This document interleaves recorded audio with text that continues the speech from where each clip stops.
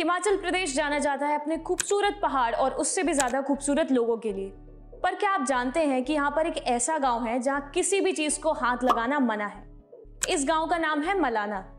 Malana is famous for its cultivation of hash या फिर hashish, जो कि कैनबिस प्लांट से बनता है। इस गांव में आपको छोटे से छोटा बच्चा भी ड्रग्स का ट्रेड करते हुए मिल जाएगा। पर अगर आप कभी मलाना जाएं तो ड्रग्स खरीदना मत, वरना India and NCB in fact conducted raids.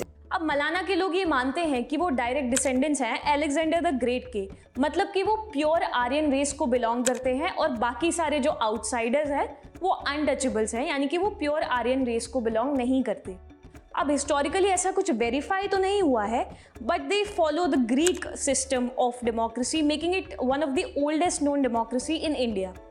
और तो और यहाँ पर एक लैंग्वेज बोली जाती है जिसका नाम है कनाशी, जो कि और कहीं भी नहीं बोली जाती और किसी आउटसाइडर को ये लैंग्वेज बोलना अलाउड भी नहीं है।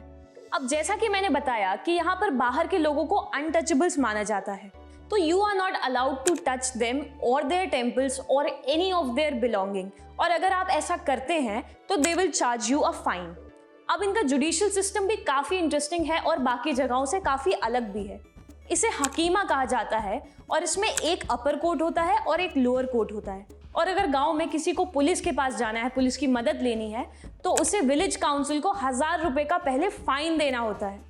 अब अगर आपको कोई चांटा मार दे तो या तो आप पुलिस के पास जाएंगे या मम्मी के पास रोते हुए चले जाएंगे, और फिर दिल्ली से हैं तो एक बार और मुंह खोल, तेरे कुलचा फेंक के मारेंगे। पर यहाँ पर ऐसा कुछ भी नहीं होता। आप जानते हैं यहाँ पर कॉन्फ्लिक्ट कैसे रिजॉल्व किया जाता है? अब होता यह है कि 2 लैम्स को लिया जाता है। लैम मतलब जो भेड़ का बच्चा होता है उसे लिया जाता है और उसके पैर पर एक हल्का सा कट लगा दिया जाता है, और इस कट को लगाने के बाद उन दोनों लैम्स के पैर में जहर भर दिया जाता है और उसके बाद वापस सिल दिया जाता है। और ऐसा करने के बाद वो 2 लैम्स, 2 जो कॉन्फ्लिक्टिंग पार्टीज हैं जिनके बीच में झगड़ा हुआ है, एक एक लैम दोनों को दे दिया जाता है। और ऐसा माना जाता है कि जिसका भी लैम यानी कि जिसका भी भेड़ का जो बच्चा है वो मर जाता है पॉइजन की वजह से, उसी की गलती है, तो उसी को दंड मिलना चाहिए।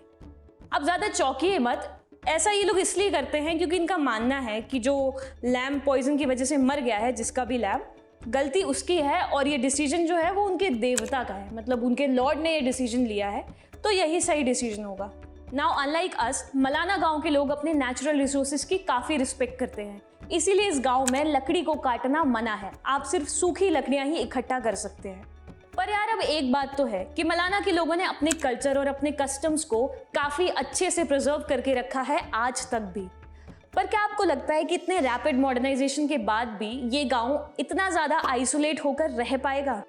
आगे आप कभी मलाना गांव जाएं तो इनके रूल्स और रेगुलेशंस को ज़रूर फॉलो कीजिएगा, और वीडियो पसंद आया हो तो हमें भी फॉलो कर लीजिएगा।